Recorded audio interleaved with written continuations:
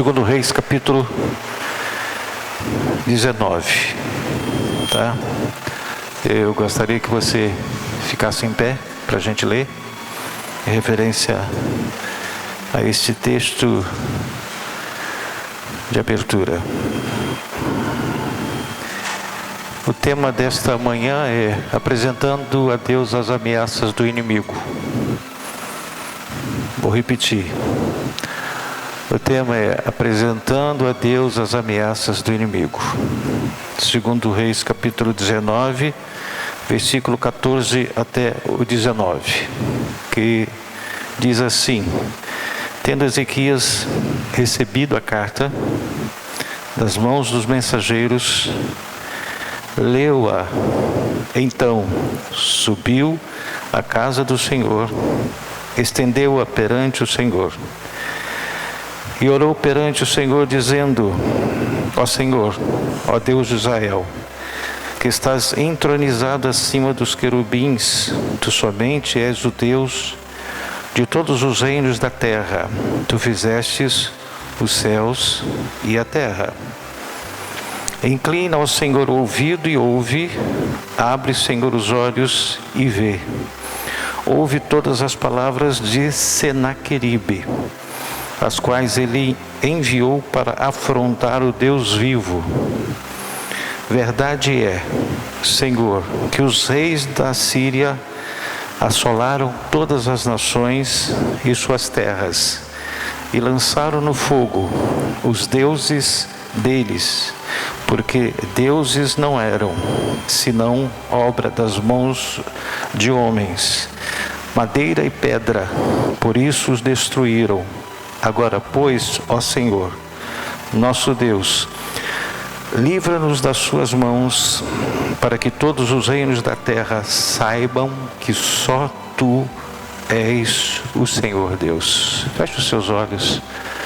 Obrigado, Senhor, por esse momento tão precioso que nós estamos aqui, nesse santuário, para meditar nas sagradas letras.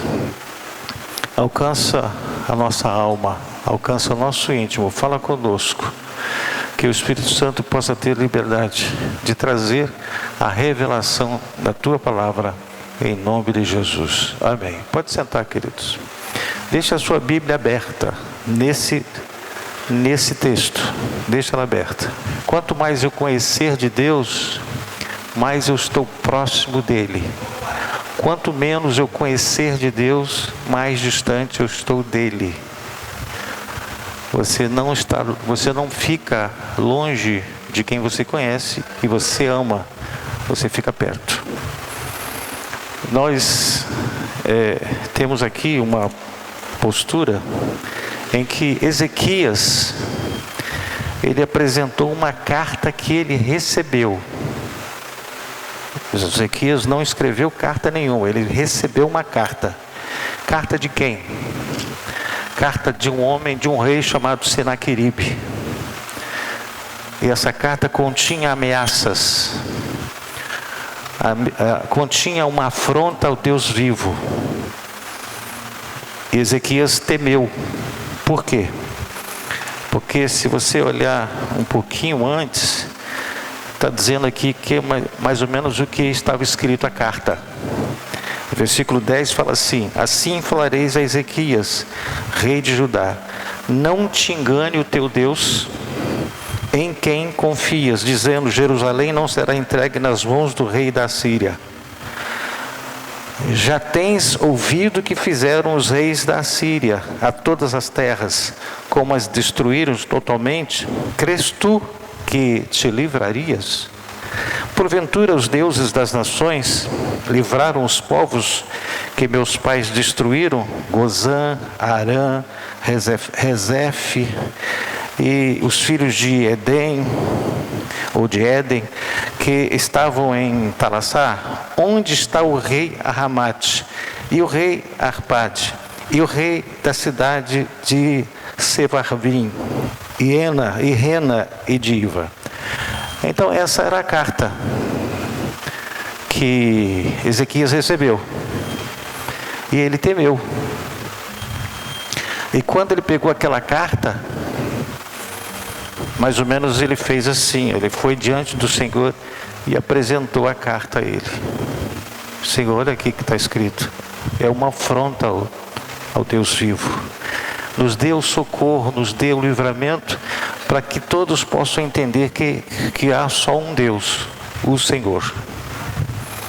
Nós estamos vivendo tempos difíceis, onde o príncipe deste mundo tem introduzido ódio, repulsa no coração de muitas pessoas, com o claro objetivo de desestabilizar, enfraquecer e derrotar aqueles que pertencem ao Deus Todo-Poderoso.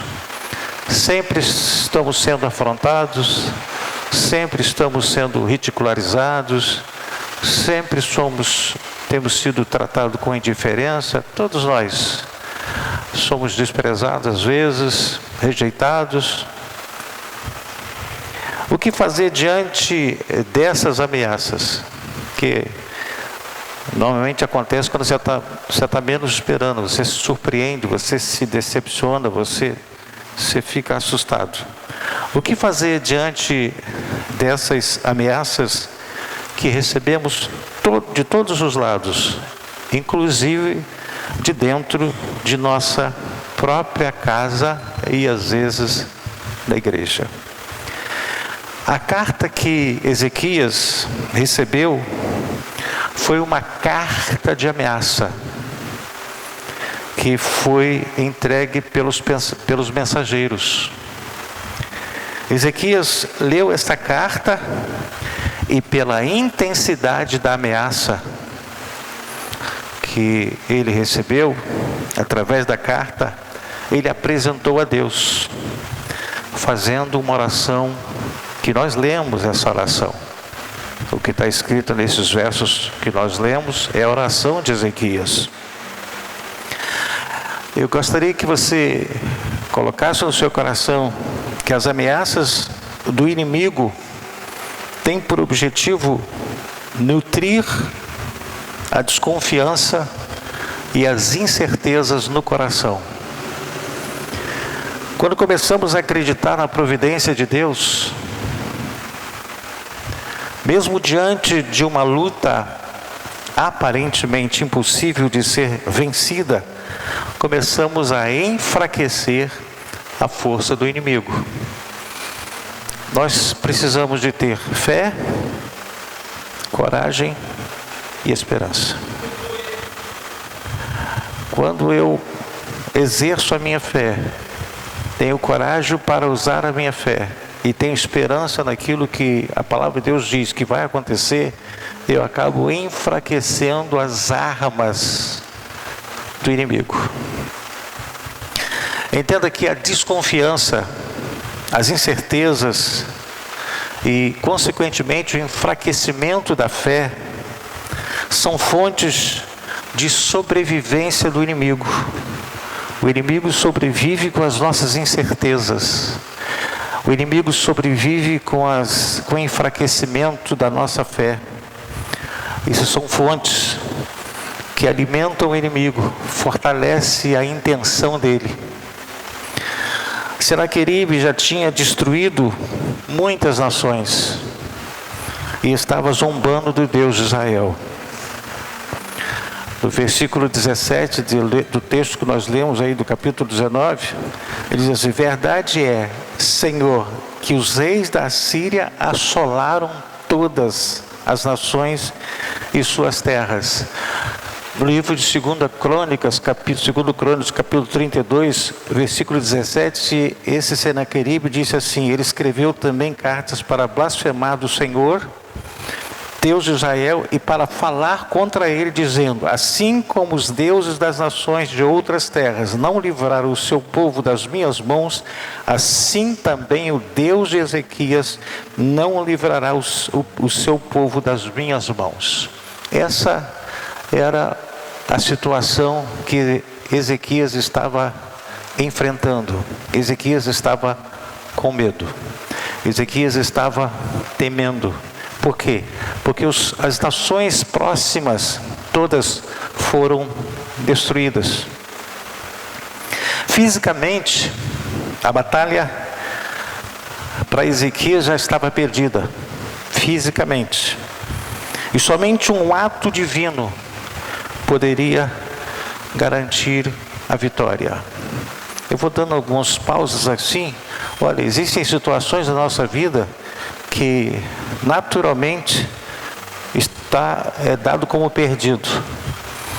Mas se nós clamarmos a este Deus, Ele vai intervir de uma forma sobrenatural, e aquilo que é dado como perdido, Deus resgata e dá a vitória.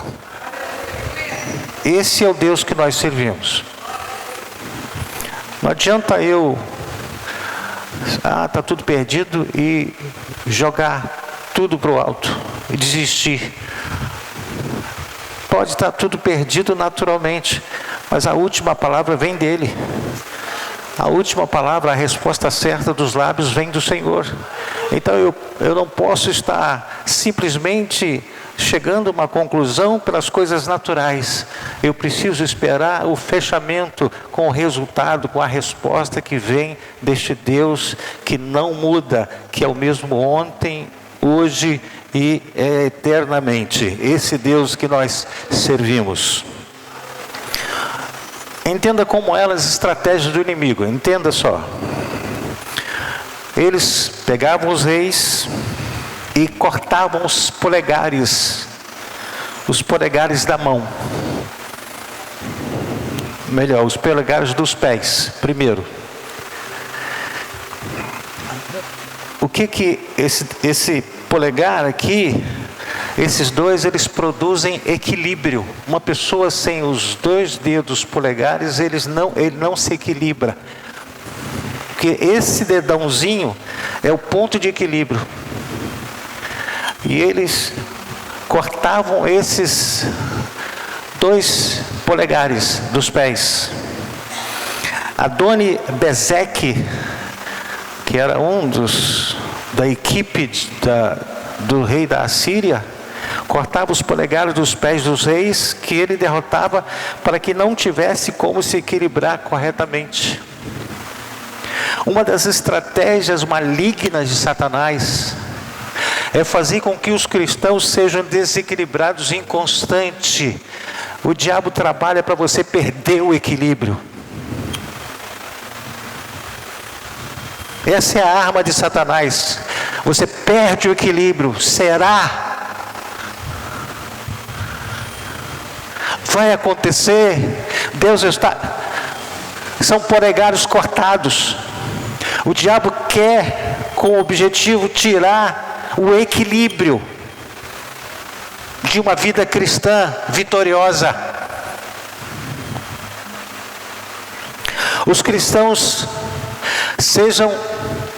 eles querem que os cristãos sejam desequilibrados e inconstantes. O Tiago capítulo 1, versículo 8 diz assim: homem de ânimo dobre, inconstante em todos os seus caminhos. É exatamente aquilo que o diabo quer. A força do inimigo é no meu desequilíbrio. A força do inimigo é na minha desestabilização emocional. Essa é a força dele, é uma das forças. Quantas dúvidas, quantas críticas você tem recebido por parte do inimigo com a finalidade de desequilibrar você emocionalmente? Tiago capítulo 4, versículo 8 diz assim: chegai-vos a Deus, e Ele se chegará a vós outros, purificai as mãos pecadoras, e vós que sois de ânimo dobre, limpai o coração. Ânimo dobre, inconstante, desequilibrado emocionalmente, não tem equilíbrio. Quem gosta de criticar o irmão que é cristão, não está agradando a Deus, porque a crítica é uma ferramenta de uso exclusivo de Satanás. Quando você critica o irmão, você está usando a arma de Satanás. Deus não critica ninguém, mas quando você critica, porque a arma de Senaqueribe era a crítica. E muitos cristãos têm criticado o outro. Ele está usando as armas de Satanás e dizendo em nome de Jesus.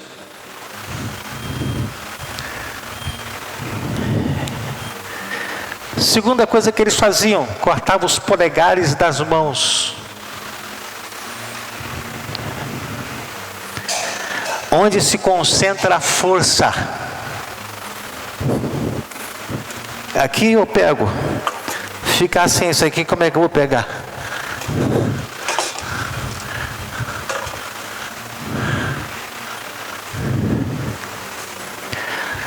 Adoni-Bezeque também cortava os polegares das mãos dos 70 reis que ele derrotou. 70.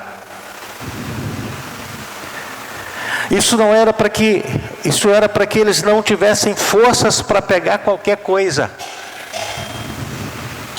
Entenda que o inimigo tenta enfraquecer a vida do cristão, para que ele não tenha forças para receber as bênçãos de Deus para a sua vida. O inimigo tenta enfraquecer a vida do cristão através de palavras vindo de pessoas que às vezes são usadas pelo diabo, por não ter o devido discernimento para que esse cristão perca as suas forças para trabalhar.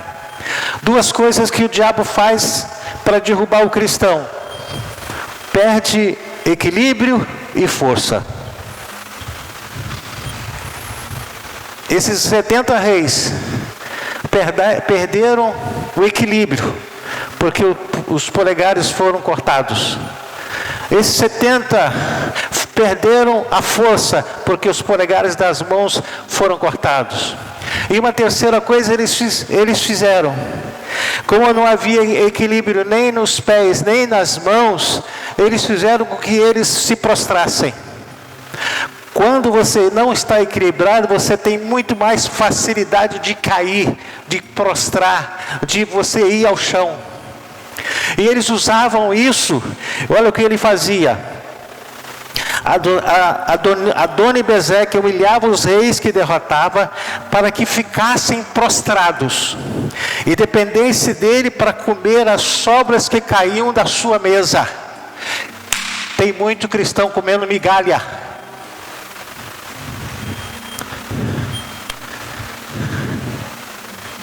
Porque tem perdido o equilíbrio, tem perdido a força,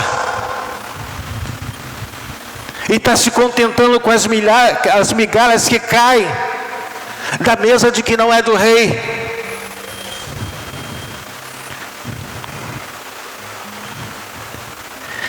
Sabe o que o inimigo tenta? Nos roubar as bênçãos e ainda nos fazer sofrer, tentando nos fazer curvar diante das humilhações sofridas. Lembra de Jesus. Jesus, ele foi tentado e disse: se você me prostrar, darei tudo isso, todos os reinos na sua mão. O inimigo quer que o cristão se dobre. Ele tentou com Jesus Cristo, não conseguiu, mas está tentando com você e comigo.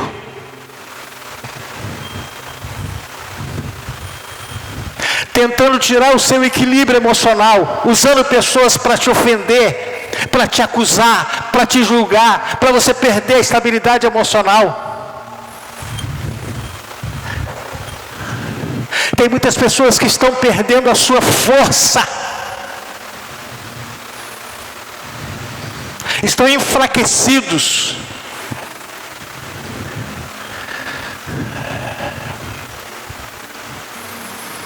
Você está entendendo? Diga amém. Saiba que Deus não dá migalhas. Deus tem vitória e o melhor dele para nós. No livro de Mateus, no seu capítulo 15, versículo 27 e 28, diz assim: ele contudo replicou: sim, Senhor. Aquela mulher que estava pedindo ajuda, ela disse assim: porém os cachorrinhos comem das migalhas que caem na mesa dos seus donos. Então lhes disse Jesus: ó mulher, grande é a tua fé, faça-se contigo como queres. E desde aquele momento sua filha ficou sã.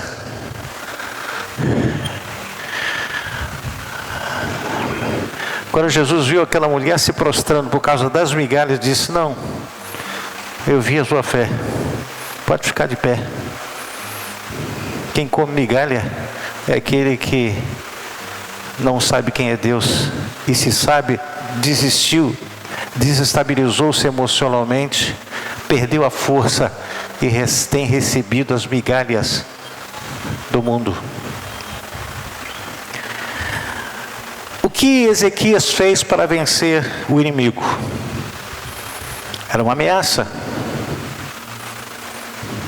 E ele deu exemplos do que ele estava prometendo, da ameaça dele. Os 70 reis foram derrotados. Nações foram perdidas.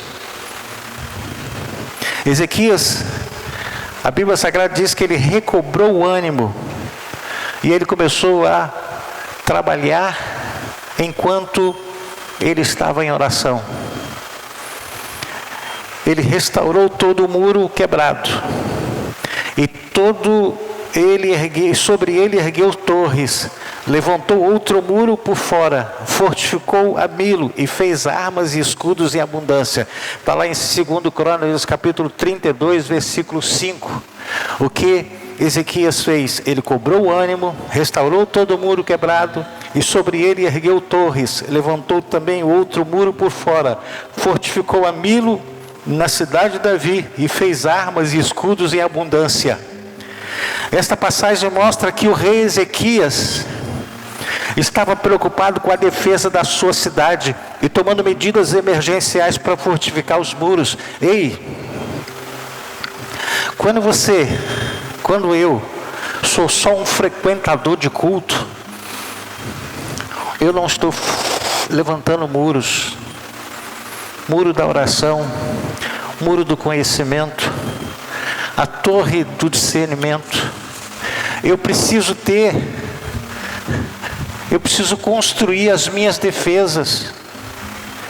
E às vezes a gente acha: não, Deus sabe que eu preciso, Deus sabe todas as coisas. Tudo bem, sabe. Ele sabia que Ezequias estava passando por isso aí, mas Ezequias precisou tomar atitudes preventivas, porque ele havia recebido uma ameaça, e ele colocou diante de Deus, mas ele fez a sua proteção.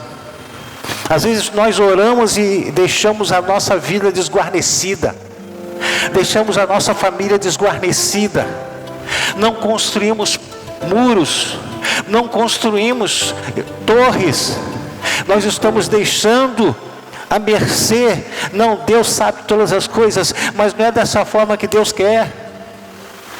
Eu preciso me esforçar, eu preciso fazer algo para que o Senhor me ajude, para que o Senhor me abençoe, para que o Senhor intervenha.